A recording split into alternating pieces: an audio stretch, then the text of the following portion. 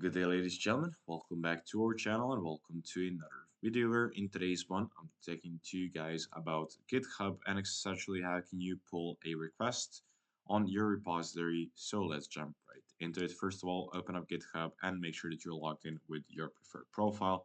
On the left-hand side, you'll find your preferred repository. And once you go into the repository page, among the main menu right here, after code and issues, there will be a pull requests section. To add a new one, on the right hand side, click on this green button, and there you go. Now you've successfully pulled a request onto your repository. Once you go back there, you will see all of your pull requests down here, and essentially you can also manage it from this place right here. So that's it for today. That's how you make a new pull request on your repository.